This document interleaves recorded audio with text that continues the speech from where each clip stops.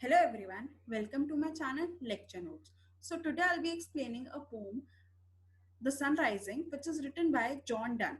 So to understand this poem, we need to know what is metaphysical conceit. Meta means beyond, physical means world, and conceit means comparison. So it metaphysical conceit means beyond the world comparison. So I'll be giving two examples from John Donne poem where the poet compares the couple to a compass, and then in his next poem, Flea, he says, Flea sucked the blood of both poet and his lover, and poet says in this way they have already consummated their marriage. Where so clearly metaphysical conceit is a conceit where a poet doesn't compare his lover to the beautifulness of a rose.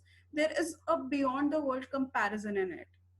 So this term was coined by Samuel Johnson in his work Life of Most Eminent Poets. And secondly, this term was coined when most of the poets who used it were already dead. Some of the prominent poets are John Donne, Andrew Marvell, George Herbert, Henry Bentham, etc. So these type of poets were highly intellectual poets who made jarring comparison and questioned both science and God. And John Donne was seen as a leader of this type, and he was called Monarchy of Wit. So now moving on to the poem. Busy old fool, unruly sun, why dost thou thus through windows and through curtains call on us? Must to thy motions lovers season run? So he says he is referring to sun and saying that you are a busy old fool, you are unruly, and he's calling various names to sun. And he says old fool because since the beginning of earth, the sun is doing the same tedious job, so old age has now made him foolish. Then he says that he's saucy, arrogant, pedantic, that he is following all the same traditional rules without any sense, that every person has to wake up when the sun rises and the sun rises on the same time approximately. Then he calls the sun wretch, who only appears to be the learned men. So he's calling all these names to sun because he is disturbed. He's sleeping with his lover and his sleep has been shaken up because of the sun. So this is the reason that he's calling various names to sun. Then he says, must to thy motions lovers seasons run. So he says that the love between the lovers doesn't see seasons or anything, but because of you, our good time has been interrupted. Late schoolboys and sore pedantics go tell court huntsmen that the king will ride. Call country ants to harvest offices, love all alike, no seasons, no nor climb, nor hours, days, motions, which are the rage of time. So he says that go and wake up the schoolboys or the court's huntsmen or the king, here referring to the King James I. He says, wake every section of the society, irrespective of the age, gender, or anything. Wake anybody you want, but don't wake us up, because love is something which do not follow the time dimension, and he wants to flout the authority of sun. So he's trying to portray that lovers cannot be stopped by the natural or god made things.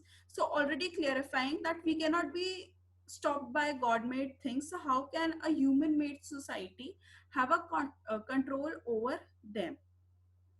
So here the earlier the traditional poets like Spenser has regarded sun, golden eye of heaven, and Petrarch as life-giving sun.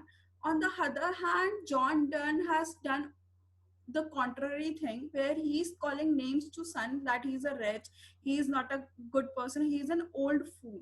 So clearly he has personified the sun and used the metaphysical conceit, because here he is making a beyond the world comparison. Moving to the next line.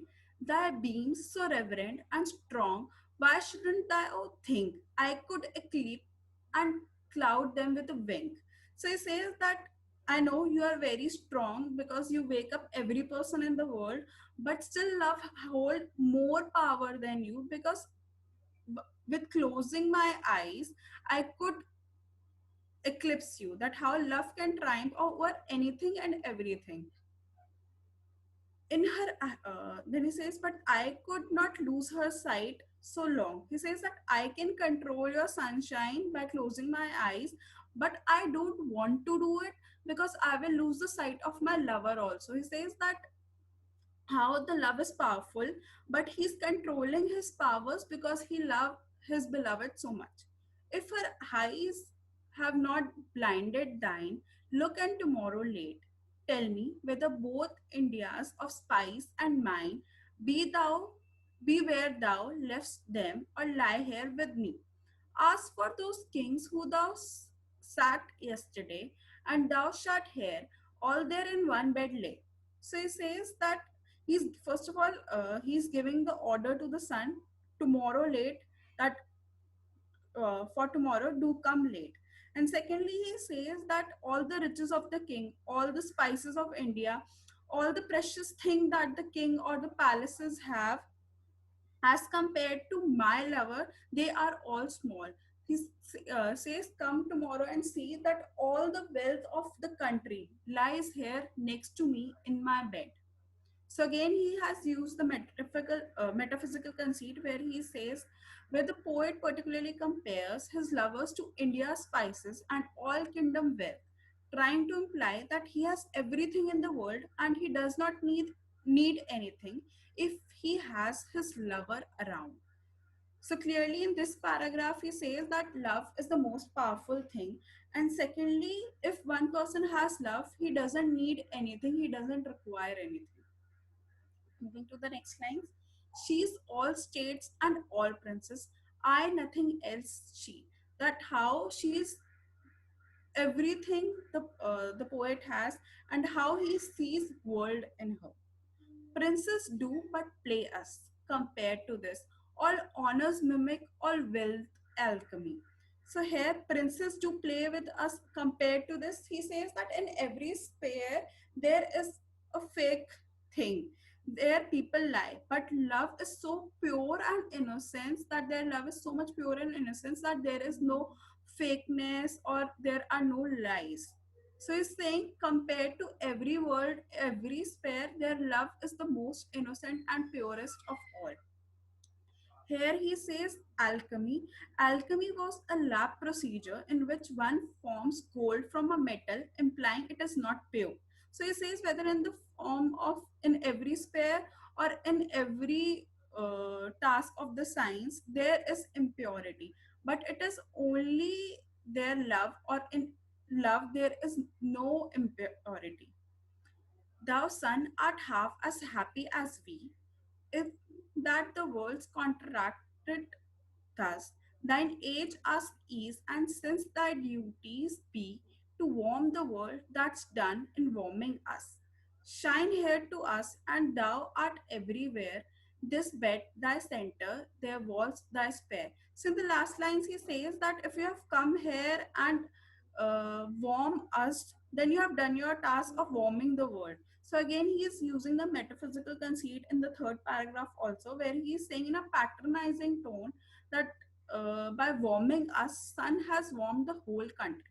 So in the first paragraph, he was calling the sun names, that why did he wake up, and he should have woken up all this pair of the people but not them. And the second, he was saying that his love is so much powerful that he can eclipse him, and how he has everything if he has the lover with him. And in the third, he says that if he has warmed them, then they have warmed the whole country. So this is the gist of this whole poem, and thank you for watching this video. And if you want us to make a poem on if you want us to make a video on any particular novel, play or poem, do comment in the comment box. Thank you.